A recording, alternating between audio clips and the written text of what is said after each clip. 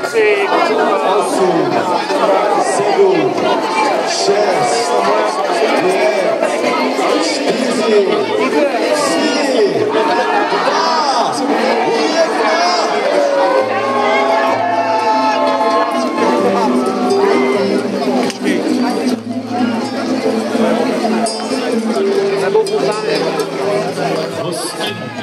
Na radniční věži stojí dva obři a město střeží. Dohlídí, by všechen jeho lid žil v míru a měl ve městě klid. Poutník, který k nám zavítáš, tuhle zvláštnost povídá. Obry švarné jako květ, kteří tu stojí už pár set let. Ten jeden prý pečivo pek, co na jazyku světí. A ten druhý řezník, který seká. Stojí a nespatříš ním pohyb. Jejich ústa jsou sevřená, vždyť jsou přece z kamení. Ale přece každé léto, když rok s rokem se sejde, do těch ognů, co tam stojí, kus života. To když přijde porcíle, věc to věru prostá, z hlubokého jejich spánku probudí je paní místa. Ahoj! Ahoj všichni! Vítejte na porcinku libostivé. Právě nyní v okamžiku jediném tu ožijí obři oba a nastane nám vzácná doba. Teď nám třeba prozradí, co vše se tady provádí. Co ve městě nového, dobrého či tajného. Cože? Oni snad ještě spí? Hej, vy dva zde na radnici, je čas vstávat, budíček, no koukněte, co je tu lidiček.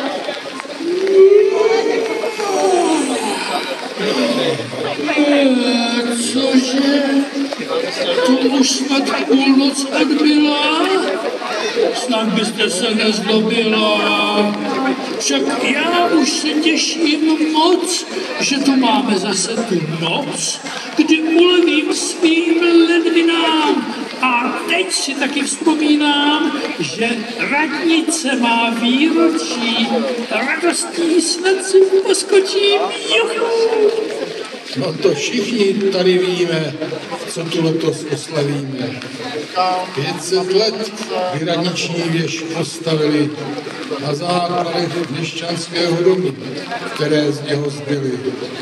Důležitá rozhodnutí v tomto domě vznikala a tak rada města přistavět věž nechala. Ale vás sem umístili až po mně o 116 let později. To by vám ten čas musel sakra běžet rychleji. Přitom naše hodiny s ručičkami obráceně neklamou a měří čas nám všem stejně.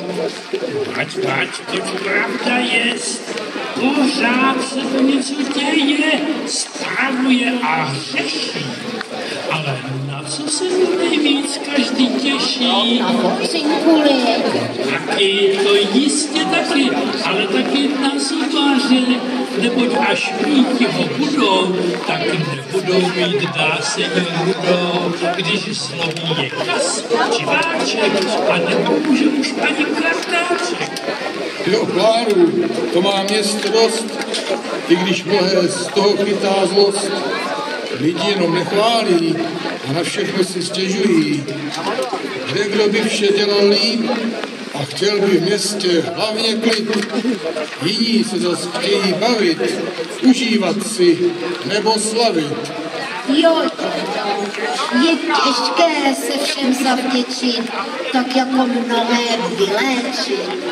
Návštěvníci však hostinej chválí, jak je město čisté. Líbí se jim, co tu všechno máme.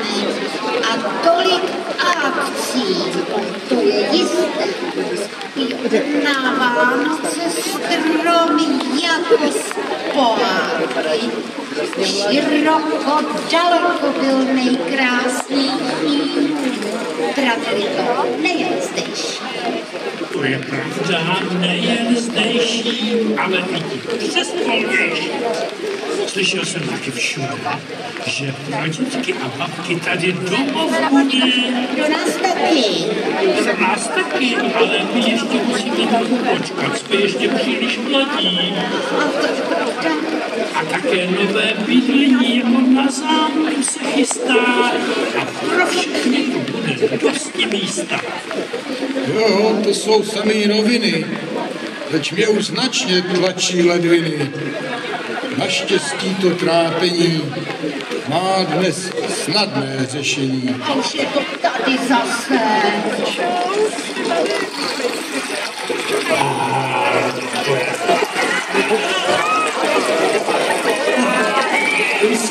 Lučko, to trvalo teď stojícky.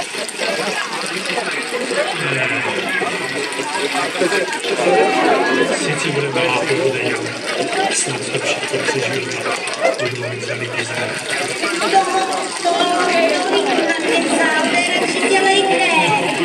No.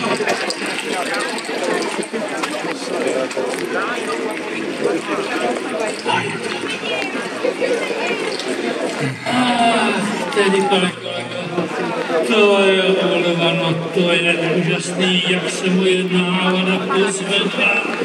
A jak tak koukám, i hladina Labe se pozvedla. A co říct na závěr? No hosto, honem, něco nám přeji. Dobrá, tak ať hostinému se dál daří. Ať mají se víc dobře mladí, staří. Ať zastupitelé míň mluví a víc dělají, i když z toho vlastní prospěch nemají. Ať pohoda a štěstí vládne v každé ulici a smích, ať je víc než stížností na radnici. Ať jsme hlavně všichni zdraví a Porcinkule se tu stále slaví.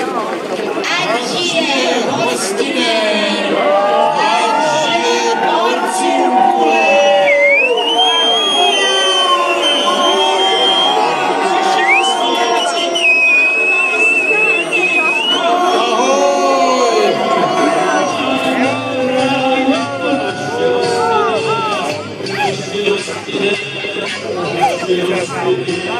In a world,